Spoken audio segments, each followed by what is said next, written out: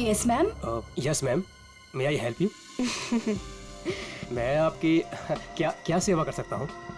वैसे तो आप बहुत कुछ कर सकते हैं, लेकिन अभी फिलहाल सिर्फ पता बता दीजिए। या ये मेरा कार्ड है और you call me any time. इसमें मेरा एड्रेस भी है। Very funny. हमें आपका पता नहीं, हमें मिस्टर विनोद का पता चाहिए। किस रूम में है वो?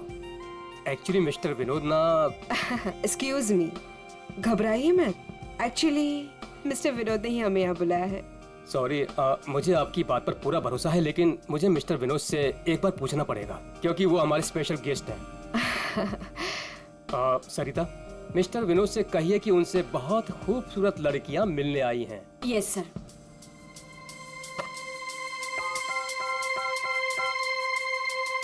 मिस्टर विनोद, आपसे 2 लड़कियां मिलने आई है। ओके, जाइए आप, आपको मिस्टर विनोद ने बुलाया है। Room number 305।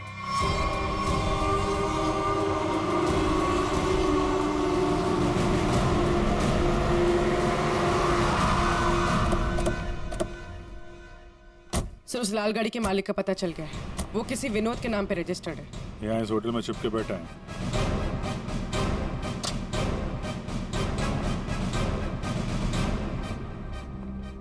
Yes sir. भाई साहब, आपके यहाँ कोई विनोद नाम का आदमी ठहरा है क्या? सॉरी सर, हम अपने रिस्पेक्टेड गेस्ट के बारे में कुछ नहीं बता सकते। नहीं देते ये अच्छी बात है, लेकिन हम लोग सीआईडी से हैं। सीआईडी से? क्या हुआ सर? हुआ नहीं है, होने वाला है। आप हमें जरा मिस्टर विनोद का कमरा बताइए। सर बात क्या है ये तो बताइए। विनोद ने खून किया है और खून करके यहाँ छुप के बैठा है। खून किया सर? सर वो खूबसूरत लड़की को क्या होगा जो अभी अभी ऊपर गई हैं? कौन सी खूबसूरत लड़कियां? सर अभी 2 लड़की आई थी, वो अभी अभी ऊपर गई हैं। अब जरा कमरा दिखाइए उसका। सर ये वाला रूम।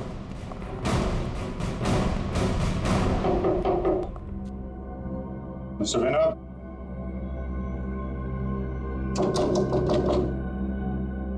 दरवाजा खोलिए। तो कोई आवाज भी नहीं आ रही। आपके पास मास्टर की है? Yes sir.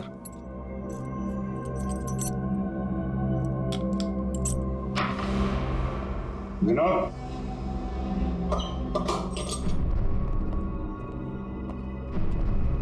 विनोद, विनोद, विनोद।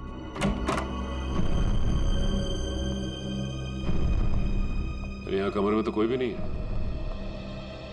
तुम तो कह रहे थे कि 2 लड़कियां मिलने आई थी, यहाँ तो कोई भी नहीं। पता नहीं सर, हमने इसी कमरे में फोन करके पूछा था विनोद जी से, तभी लड़कियों को भेजा था यहाँ पर। फिर अचानक से गायब कहाँ से हो? ये तो कोई प्लानिंग लगती है। तुमने विनोद को होटल से बाहर जाते हुए देखा है? नहीं सर, मैं पूरे टाइम रिसेप्शन पर था और मैंने जाते हुए उन्हें नहीं देखा। अच्छी तरीके से चेक करो कमरे को, कोई ना कोई सुराग तो छोड़ा होगा उसने।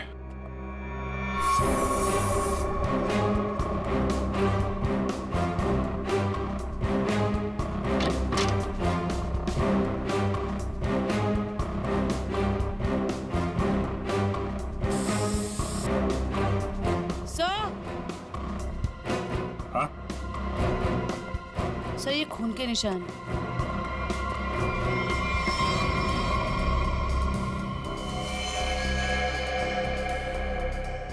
यहाँ पे कुछ हुआ है? सर, कहीं विनोद ने उन दोनों लड़कियों को मार के उनकी लाश को होटल में कहीं छुपा दिया हो और मौका देख के यहाँ से भाग गया हो।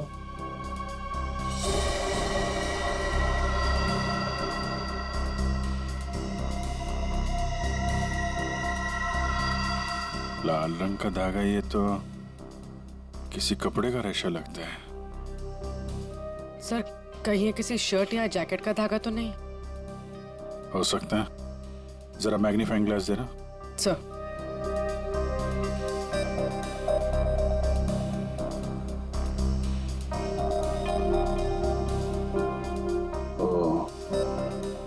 इस पे भी खून लगा हुआ है।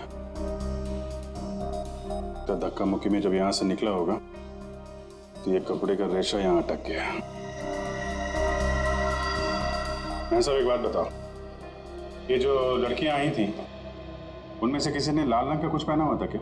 हाँ सर, एक लड़की ने लाल रंग का ड्रेस पहन रखा था। फिर तो उस लड़की की ड्रेस का धागा ही है। और इन दोनों लड़कियों को रिसेप्शन पे तो किसी ने देखा नहीं जाते हुए। इसका मतलब हो सकता है ये होटल में ही हो दोनों। ठीक है, पूरा होटल छान मारो। पूर्वी, ये जो लॉबी में सीसीटीवी कैमरा लगा है ना, उसकी फुटेज चेक करो। अगर वो लोग होटल से बाहर गए होंगे, लॉबी से होकर ही जाएंगे।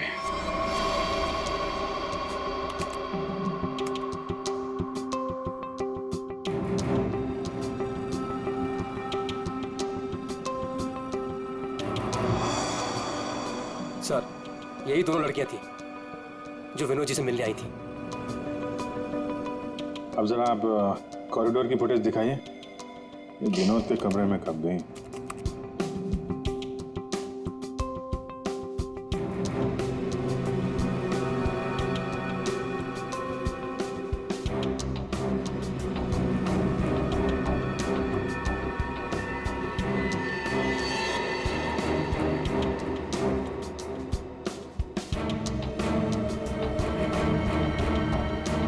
ये लोग अंदर तो नहीं थे। सर फॉरवर्ड करो, बाहर कब आई?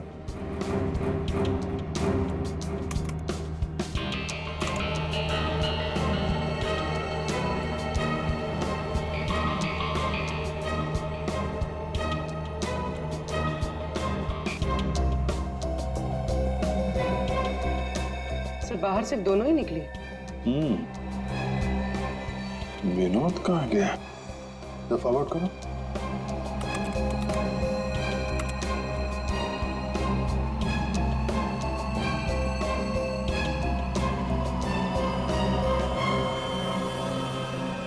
तो विनोद कहाँ गया? सर रूम में भी नहीं था और बाहर भी नहीं निकला। फिर ये विनोद गया कहाँ?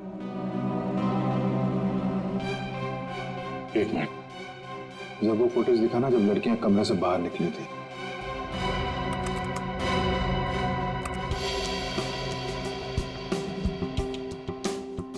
स्टॉप।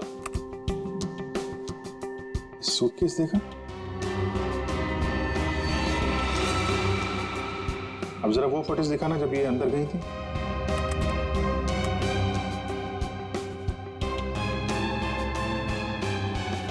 या स्टॉप स्टॉप, देखो जब कमरे के अंदर जा रही थी तब सूटकेस नहीं है, और जब बाहर निकली तो इतना बड़ा सूटकेस।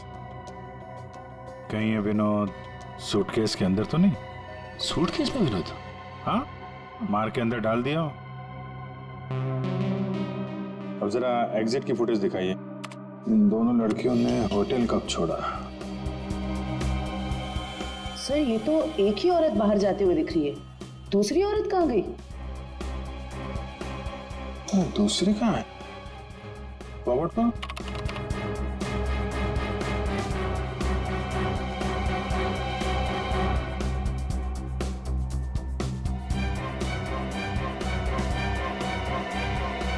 दूसरी वाली लड़की अभी भी होटल में है क्या? Nikhil, yes sir. जितने भी एग्जिट है ना होटल के सब बंद करवा दो। ठीक है सर। मैनेजर साहब, यस सर। सारे केस को नीचे बुलवाइए। जी। पूर्वी, इस दूसरी लड़की की फोटो ब्यूरो में भेजो। अपने क्रिमिनल डेटा ऑफ कीजिए। लेकिन ये केस की जांच चल रही है, उसके लिए हम आशा करते हैं कि आप लोग कानून की मदद करेंगे।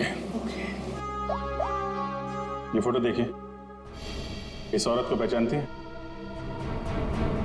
कहीं देखा है आप लोगों ने इस औरत को? कौन है ये औरत सर?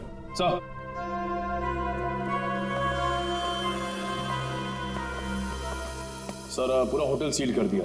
अभी यहाँ से कोई बाहर नहीं जा सकता। साथ ही साथ उस लड़की के बारे में पूरी छानबीन की, लेकिन कुछ पता नहीं चला उसके बारे में। लड़की अगर मिली नहीं है तो फिर यहीं कहीं होगी। मैनेजर साहब, कोई और दरवाजा है जहां से होटल से बाहर जा सकते हैं? सर यहाँ पे कोई खुफिया रास्ता तो नहीं है, लेकिन पार्टी हॉल में एक दरवाजा है जहाँ से बाहर जा सकते हैं। लेकिन वहाँ पर तो पार्टी चल रही थी। अरे पार्टी चल रही थी, बाहर तो जा सकते हैं ना। तुम फोटोग्राफर इधर आओ। यस। तुम पार्टी में थे? हाँ सर। फोटो खींची? यस। कैमरा दो।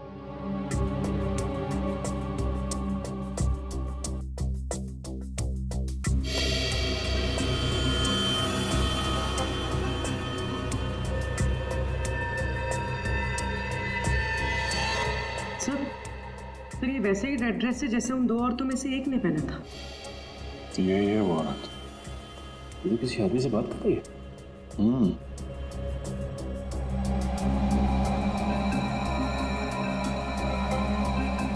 एक मिनट, आप जिस औरत से बात कर रहे थे उसको जानते हैं? कौन सी औरत? ये औरत।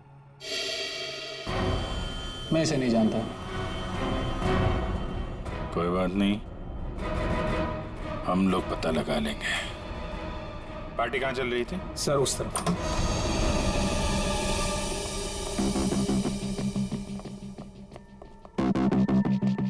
सर फोटो के हिसाब से उस औरत ने वहां कहीं हाथ रखा है।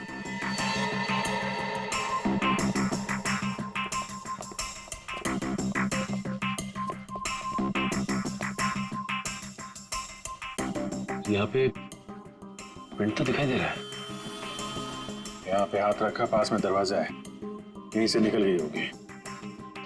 उठाओ इस प्रिंट को।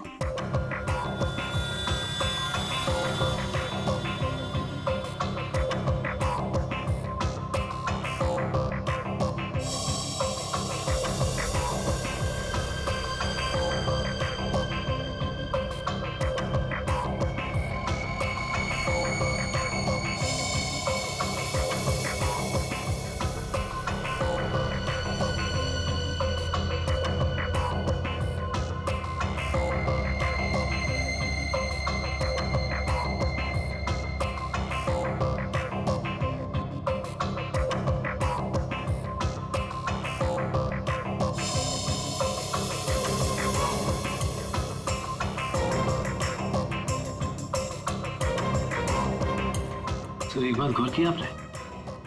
ये जो उंगलियों का ये ऊपर का हिस्सा है, उसकी रेखाएं काफी मोटी है, जबकि औरतों के उंगली के इस हिस्से की रेखाएं बड़ी बारीक होती हैं। इसमें ऐसा नहीं है। ये रेखाएं तो मोटी है, मतलब मर्द की रेखा है। लेकिन ये जो रेखाओं के हिसाब से जिसे हम ढूंढ रहे हैं, फिर तो वो कोई औरत नहीं है, कोई मर्द है। सर कैसी बात कर रहे हैं सर? मैंने उन दोनों को नजदीक से देखा था और बड़े गौर से देखा था। वो दोनों लड़कियां थी। मेरे साहब, साइंस और टेक्नोलॉजी झूठ नहीं हो सकती है। वो जो दूसरी औरत आपके होटल में आई थी, वो एक मर्द है। सर शायद इसलिए हमारे डेटाबेस में उस लड़की की कोई पहचान नहीं मिली। लेकिन इस फिंगरप्रिंट से उस मर्द की पहचान हो सकती है। जयवंती, ये फिंगरप्रिंट्स डॉक्टर सालुंके की लैब में भेजो। Yes sir. इसमें पसीने के डीएनए भी होंगे, इससे उस आदमी के बारे में सारी जानकारी मिल सकती है।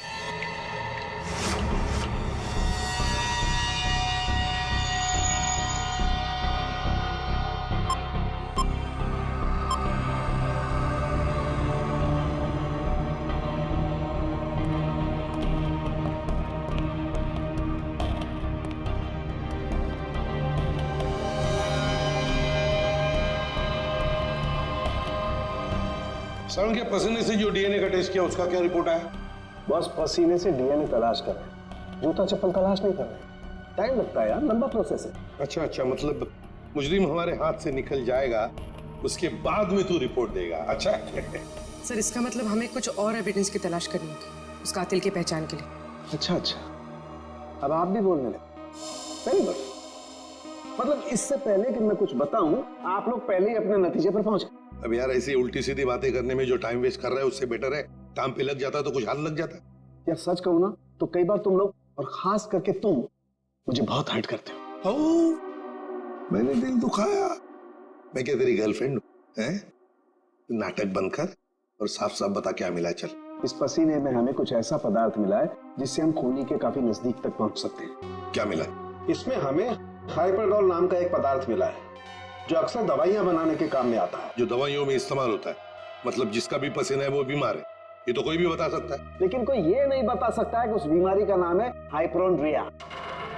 हाइपोक्रोंड्रिया ये एक जेनेटिक डिसऑर्डर है। इस बीमारी की वजह से इंसान कई बार अपना दिमागी संतुलन खो बैठता है, जिस वजह से उसका शरीर भी उसका साथ नहीं देता और वो इंसान इधर उधर यूं ही बिना जाने घूमने लगता है। लेकिन ये बीमारी हमारे देश में बहुत कम लोगों में पाई जाती है। It's a rare disease. Boss, बहुत कम ऐसे अस्पताल हैं जिसमें हाइपोक्रोंड्रिया नामक बीमारी का इलाज होता है। अच्छा, हाइपोड्रिया। सचिन, ढूंढो सारे हॉस्पिटल्स जहां पर इस बीमारी का इलाज होता है और वहां से उनके पेशेंट्स की लिस्ट भी लेकर आओ। हमें जिसका इंतजार है वो उन्हीं लिस्ट में से कोई एक है, उन्हीं पेशेंट्स में से कोई एक। हेलो डॉक्टर साहब। Hello, yes. हम लोग सीआईडी से हैं। एक्चुअली हम लोग एक खून के केस की जांच कर रहे हैं और हमारा सस्पेक्ट आपका मरीज है। कौन है वो? ये तो आप बताइए। आप किसी ऐसे आदमी का इलाज कर रहे हैं जिसे हाइपोड्रिया नाम की बीमारी है? इस बीमारी का इलाज तो मेरे पास 3 लोग करवा रहे हैं। शायद इनमें से ये एक हमारा सस्पेक्ट है। ओके।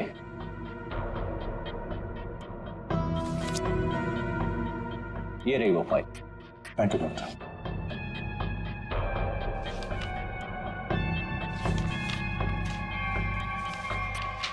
हाँ?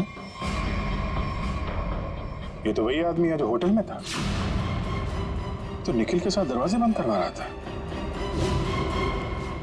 तो ये है वो दूसरी औरत।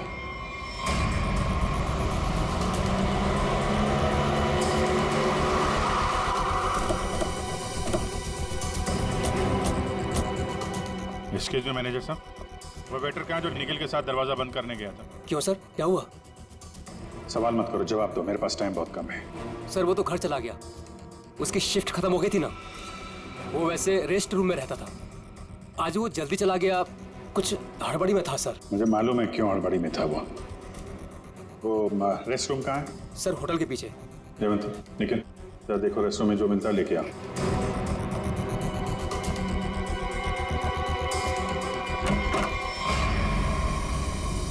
ये लॉकर है।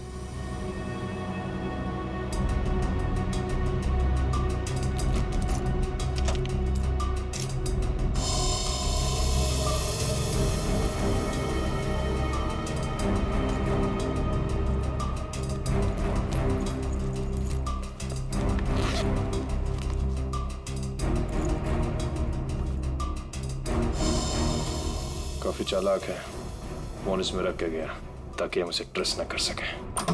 सर ये बैग और ये मोबाइल फोन मिला है। बैग में और कुछ है? नहीं सर। लगता है वेटर बड़ी जल्दी में था, अपना सारा सामान यही भूल के चला गया। फोन लॉक है, इस फोन को अनलॉक करवा। गाड़ी के साथ कोई आदमी था? हाँ सर, एक हरीश नाम का आदमी था। कहाँ है वो? उसे फॉरेंसिक भिजवा दिया ताकि सालों के साथ उसके फिंगरप्रिंट्स और ब्लड सैंपल ले सके। सर लगता है आजकल क्रिमिनल्स में डर ही नहीं बचा है। डिक्की में ऐसे लाश लेकर घूमते जैसे गार्डन में घूम रहे हैं। एक काम करते हैं, गाड़ी की पूरी डिटेल निकालो, साथ में मालिक की भी। सर ये है वो जिनकी गाड़ी से हमें लाश मिली थी। बताओ किसकी लाश है वो? कौन है वो? क्यों मारा उसे? सर मेरी बात पे यकीन कीजिए सर, मैं तो उस आदमी को जानता भी नहीं हूँ। चुप! जानते नहीं हो तो ऐसे ही मारा उसे? सर मुझे पता भी नहीं कि ये लाश मेरी गाड़ी में कैसे आई। सर लगता है ये ऐसे नहीं मानेगा, इसे खुराक देनी पड़ेगी। प्लीज सर मैं एक शरीफ आदमी हूँ, मैं नहीं जानता ये आदमी कौन है। मैं सच कह रहा हूँ सर, किसी ने मुझे फंसाने की कोशिश की है।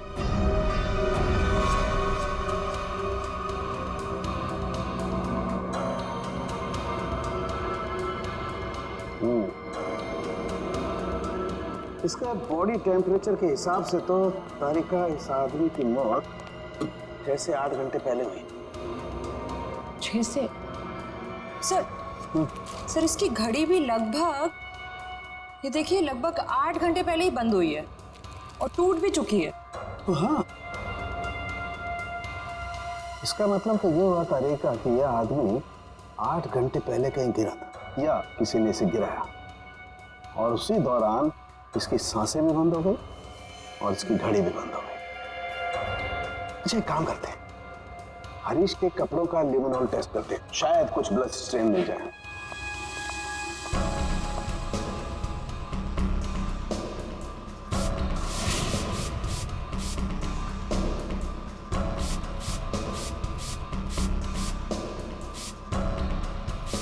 एक मिनट, ठीक है।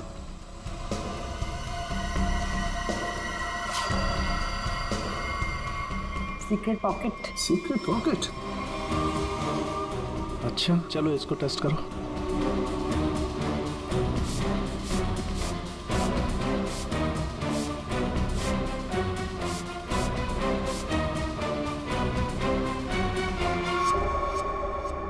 सर टेस्ट तो नेगेटिव है। कपड़ों में कोई खून के अंश नहीं दिख रहे। कमाल है, एक लाश को एक आदमी डिक्की में उठा करके रखता है और उसके कपड़ों पर कहीं भी कोई खून का धब्बा नहीं है। सर हो सकता है उसने बीच में शायद अपने कपड़े बदल लिए हो। अरे हाँ, कपड़े बदल लिए हो, लेकिन लाश को उठा करके रखा है, उस लाश को जिसके सर पर चोट लगी है, तो सर से खून बहा होगा, न सिर्फ कपड़ों पर, उसके शरीर पे भी कहीं तो खून लगा होगा ना। खून का कोई धब्बा ही नहीं। एक बार फिर से चेक करते हैं, चक्कर क्या है।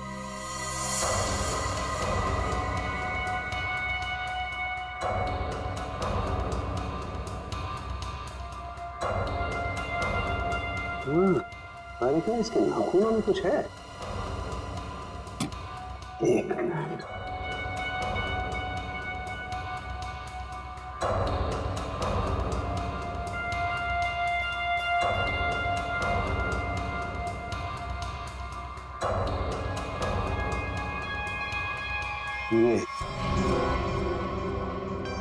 यही हमारा सुराग है।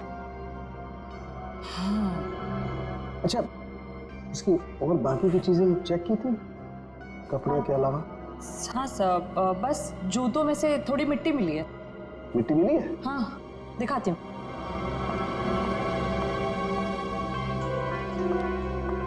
ये देखिए। अरे क्या काम करो, इस मिट्टी को चेक करो, पता लगेगा ये कहाँ की कौन से एरिया की मिट्टी है। सर मैं बीवी बच्चों की कसम खा के कह रहा हूँ, सब मैंने कुछ नहीं किया। ये अपने बीवी बच्चों की कसम झूठी खा सकता है, मगर अपनी नहीं। इसे अपनी कसम खिलवाते तभी। मैंने क्या कर रहे हो तुम? कसम कोई गोलगप्पे है जो बार बार खिलाओगे इसे? हाँ, बॉस जो कुछ कह रहा है सही कह रहा है। तेरे कहने का मतलब है साळुंखे कि खून इसने नहीं किया है? बस फॉरेंसिक साइंस के हिसाब से हमें इसके कपड़ों पर और इसके शरीर पर खून के जरा भी ट्रेसेस नहीं मिले। मतलब साफ है, ये लाश के पास गया ही नहीं। सर मैं कह रहा था ना कि आप लोगों को गलतफहमी हुई है। सब सच में मैंने कुछ भी नहीं किया है। एक मिनट, क्या हुआ साळुंखे?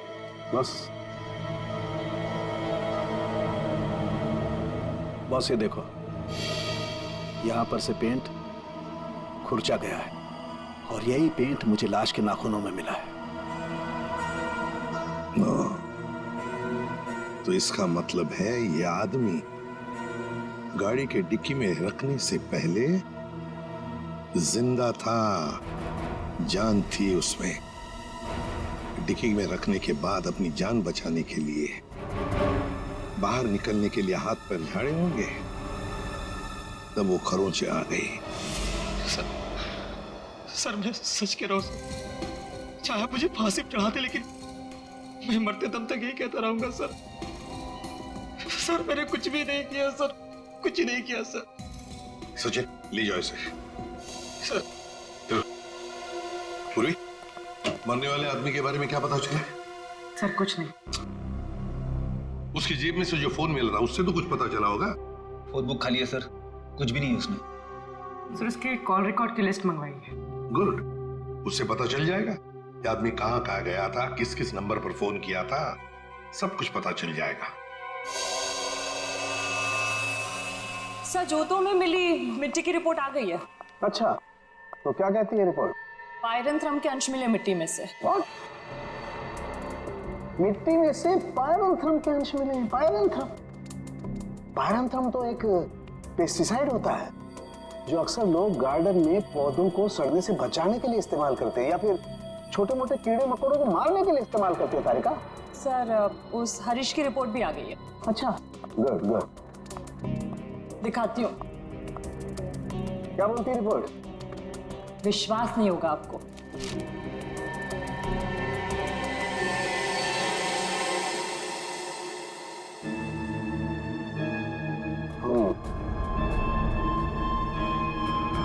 ये बात है। सर, जीपीएस के रिकॉर्ड के हिसाब से मरने वाला आदमी पहले अंधेरी से बोरीवली, फिर बोरीवली से बांद्रा गया था।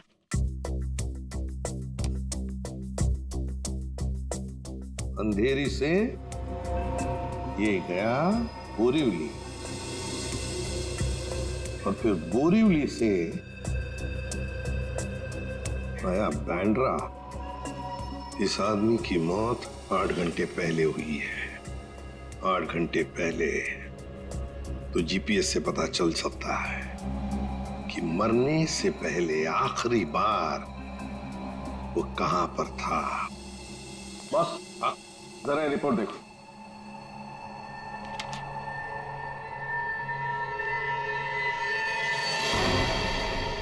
क्या ये बात है? फ्रेडी, ले आओ इसे बाहर।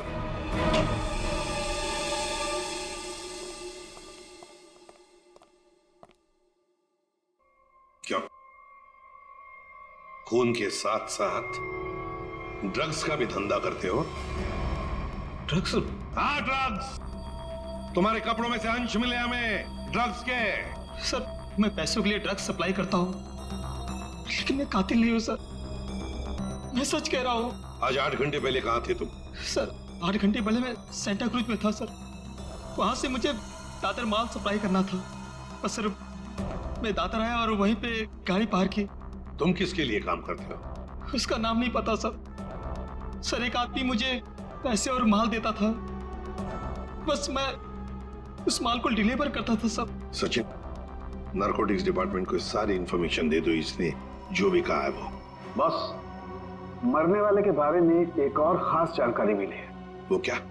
उसके जूतों में मुझे मिट्टी मिली है और उस मिट्टी से ये पता चलता है कि आखिरी बार वो किसी गार्डन में गया था।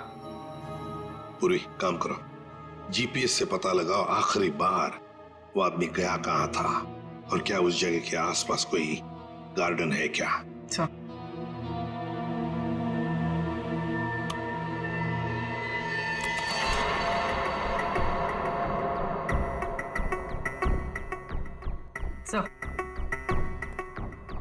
सर, ये आदमी शहर के बाहर एक रेजिडेंशियल एरिया है, जगनवाड़ी, वहां। सर, जीपीएस के हिसाब से ये वही जगह है जिसे हम ढूंढ रहे हैं।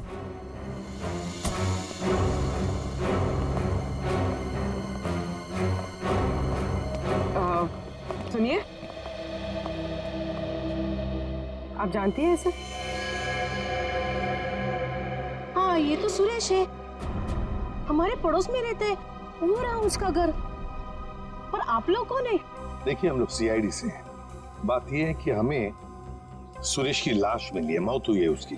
बड़ा अच्छा आदमी था, इतने बड़े घर में अकेले रहता था, बड़ा मेहनती था और अपना बिजनेस अच्छे से संभालता था। ऐसी कोई और बात आप बता सकते हैं जिससे हम उसके बारे में कुछ और जान सकें? हाँ, वो विदेश यात्रा के लिए निकल जाया करता था और महीने के 15-20 दिन गायब रहता था। चलो उसका घर चेक करते हैं।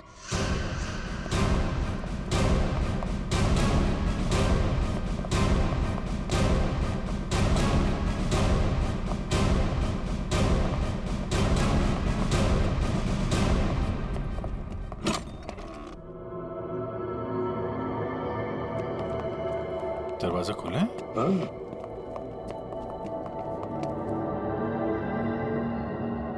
सामान तो पूरा बिखरा हुआ है। लगता है कुछ ढूंढने की कोशिश की गई है। सर, शायद खून ही होगा जिसे सुरेश से कुछ चाहिए होगा। और सुरेश ने देने से इनकार कर दिया। और नहीं मिला तो उसने शायद सुरेश को मार डाला। अच्छी तरह से घर की तलाशी लो, देखो कुछ मिलता है क्या।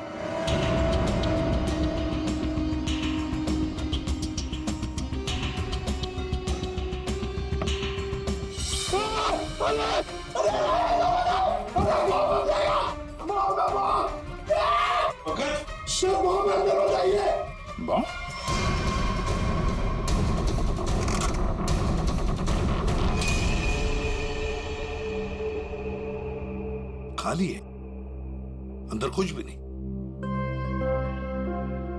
लगता है खूनी सब कुछ लेकर गया है यहां से। तो फिर ये केस खून के साथ साथ लूट का भी हो गया सर, और ये लूट पिछले 8 घंटे में हुई है, सुरेश के मरने के बाद। काम करो, यहाँ की सारी फिंगरप्रिंट उठाओ, एक एक फिंगरप्रिंट है।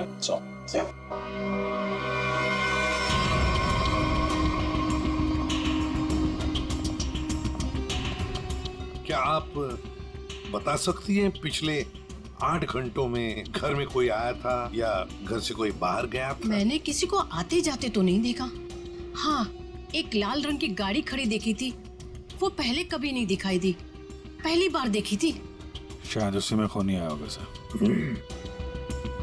उसका नंबर कुछ याद है आपको? कुछ देखा था? आगे के कुछ नंबर तो याद नहीं, हाँ पीछे के कुछ नंबर याद है, 2 3 3 4 ऐसे ही कुछ था। 2 3 3 4।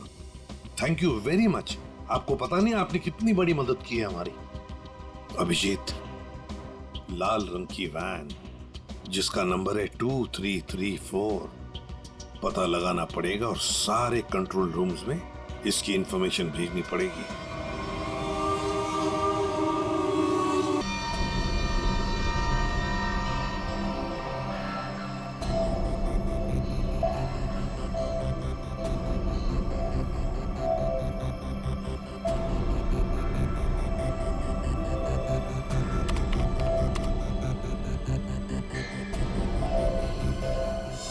क्या बात है सारंगे, बड़ा खुश नजर आ रहा है तू।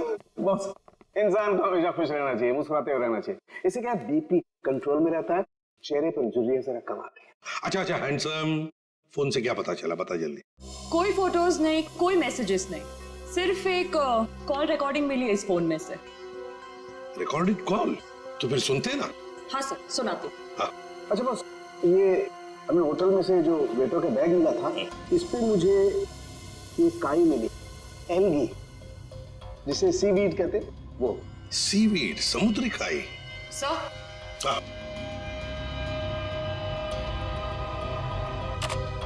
यस।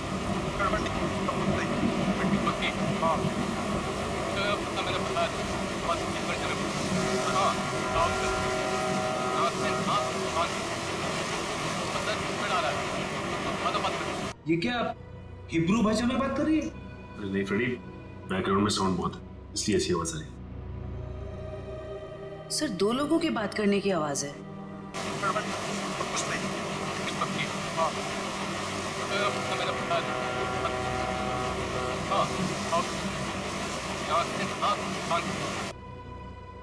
तारिका, जरा और क्लियर कर सकती हो क्या आवाज? हाँ सर।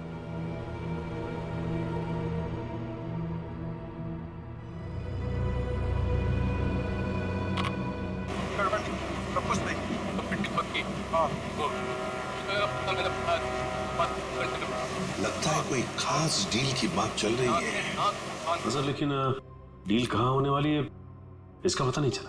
पता चल सकता है सचिन, अगर आवाजें साफ सुनाई पड़े तो। सर इसके लिए हमें इस टेप को आईटी डिपार्टमेंट भेजना पड़ेगा, ताकि वो साउंड्स को अल्ट्रा फिल्टर करके ह्यूमन वॉइस को एक्सट्रैक्ट कर सकते हैं। नहीं, हमारे पास वक्त नहीं है। एक काम करो, जरा फिर से सुना। हाँ सुनो फिर से।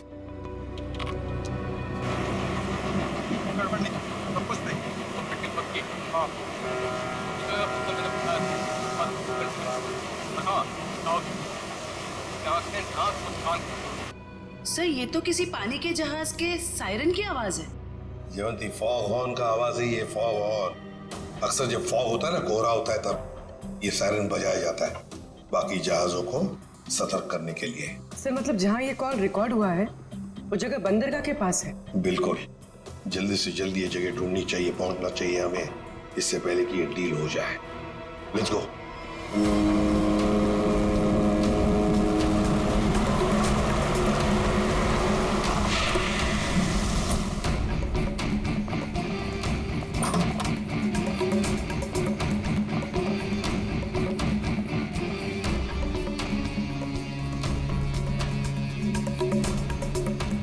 Welcome welcome welcome. कहाँ है तुम्हारा बॉस? बॉस यहाँ है। मिस्टर विनोद से कहिए कि उनसे बहुत खूबसूरत लड़कियां मिलने आई हैं। हाँ ठीक है, उन्हें मेरे रूम में भेज दो। खुशामदीद, आइए। वादे के अनुसार मैंने आप लोगों को हीरो के सैंपल्स तो भेज ही दिया था, आप लोगों ने देख भी लिया होगा। हाँ, पर हमें डीलिंग के लिए पार्टी में मिलना था, वो वादा तो आपने पूरा नहीं किया। क्या होता है ना, कभी कभी एक वादा पूरा करने के लिए बाकी कई वादे तोड़ने पड़ते हैं, और मैंने भी वही किया। खैर, हमें तो अपने हीरो से मतलब है, और वो हमें आपसे मिले तो हमें कोई परेशानी नहीं। अब जरा उन कीमती हीरो के कीमत के दर्शन हो जाता तो बहुत अच्छा होता। पूरे 5 करोड़ हैं। अब आप भी हीरो के दर्शन दिखा दीजिए। फैंटास्टिक।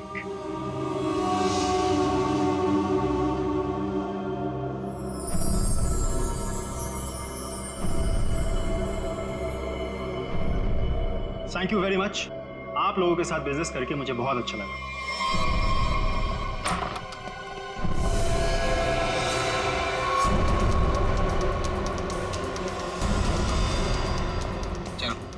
फटाफट, जल्दी जल्दी चल ना, जल्दी चल। तुम लोग? हाँ, चल। सेवा करने के लिए आए हैं। चल, जल्दी चल। हाथ ऊपर, हाथ ऊपर। चल। देखो, ये तुम लोग अच्छा नहीं कर रहे हो, ये अंजाम बहुत बुरा होगा, मैं बता रहा हूँ। तेरे बुरे अंजाम का तो फैसला उसी समय हो गया था जब तू हम लोगों को धोखा देकर हीरे चुरा कर भागा था। अब ये हीरे हमारे साथ ही जाएंगे और तू जाएगा ऊपर भगवान के पास, समझा?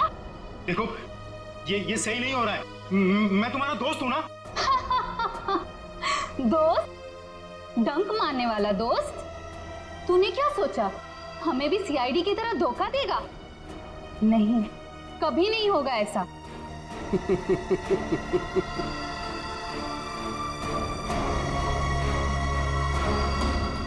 ए ला, बैग मुझे दे। धोखेबाज।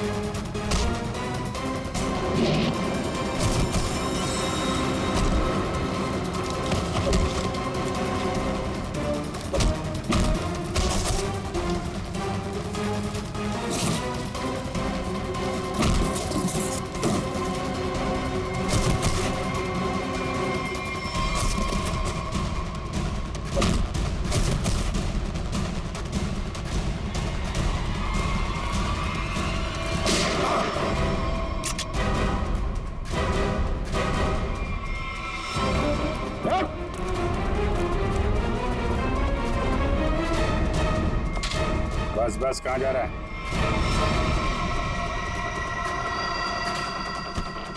बहुत होशियार समझता है।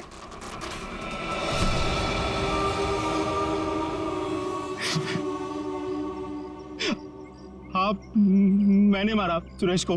क्यों? क्यों मारा? हीरो के लिए। हीरो के लिए? हमें पता चल गया था कि सुरेश विदेश से हीरा स्मगल करता है। हमने तभी सोच लिया था कि क्यों ना रास्ते में ही हीरे लूट ले उससे, और रातों रात अमीर बन जाए, इसलिए खून कर दिया उसका। क्यों? सर, हम सुरेश को मारना नहीं चाहते थे। हमें पता चल गया था कि सुरेश हीरे लेकर मॉल के पार्किंग लॉट में था।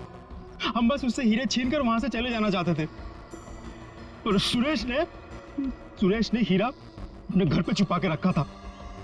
तुमने उसके घर की चाबी छीनने की कोशिश की, लेकिन सुरेश ने आसानी से तुम्हें चाबी नहीं दी। मजबूरन उसे मारना पड़ा सर। फिर सुरेश की लाश तुमने हरीश की गाड़ी की डिक्की में डाल दी। उस वक्त हरीश मॉल में गया था ड्रग्स का डील करने के लिए, है ना? और फिर हम सुरेश के घर पे चले गए, वहां से हीरे लिए और अलग अलग हो गए ताकि हम पे किसी को शक ना हो। पर दूसरों को धोखा देने वाले खुद धोखे में आ गए। वो हीरे नकली थे। क्यों? और असली धोखेबाज तो विनोद था, जिसने असली हीरे अपने पास रख के नकली हीरे हम लोगों को थमा दिए। तो तुमने सोचा कि विनोद के मार का बदला भी पूरा हो जाएगा और हीरे भी मिल जाएंगे, है ना? हमें पता चल गया कि ये हीरो का सौदा होटल में करने वाला है। पर विनोद को पता चल गया कि उसके पीछे सिर्फ तुम ही नहीं, हम भी पीछे पड़े थे। और इसीलिए मुझे अपना प्लान बदलना पड़ा। मैंने कुछ पैसों की लालच देकर वेटर को अपने साथ मिला लिया और अपने आप को होटल से गायब करने का सारा इंतजाम कर डाला। इन वेटर्स को औरत बनाकर, हैं? तुम में से एक ने इसे सूटकेस में बंद करके होटल से बाहर निकाल दिया। लोगों को लगा कि विनोद मर गया है, विनोद गायब और तुम्हारा भी काम हो गया। क्यों? Master stroke. और उसके बाद किसका रोल शुरू हो गया? वेटर का। हाँ, विनोद के बाद हीरो का सौदा मैंने ही किया क्लाइंट के साथ। पर हमें विनोद की चाल का पूरा अंदाजा था, इसलिए हमने कभी यकीन नहीं किया कि विनोद मर चुका है। हम विनोद के क्लाइंट को पहचानते थे। जब हमने वेटर को क्लाइंट के साथ देखा तब हम पहचान गए थे कि विनोद ने उसे अपने काम के लिए रखा। तो हमने इसे पैसे दिए और इसने हमें विनोद का लोकेशन बताया। विनोद, अपने दोस्तों के साथ प्लान बनाकर तुमने हीरे लूटे और फिर लालच में आ गए। तुमने सोचा क्यों नहीं सारे हीरे मैं अपने आप के लिए रख लूं। इसलिए उन्हीं दोस्तों के साथ तुमने धोखा किया, गद्दारी की। असली हीरो की जगह नकली हीरे दे दिए उन्हें। इस सारे चक्कर में तुमने एक खून भी किया, सुरेश का खून। कानून तो तुम्हें कड़ी से कड़ी सजा देगा, शायद फांसी होगी तुम्हें, फांसी।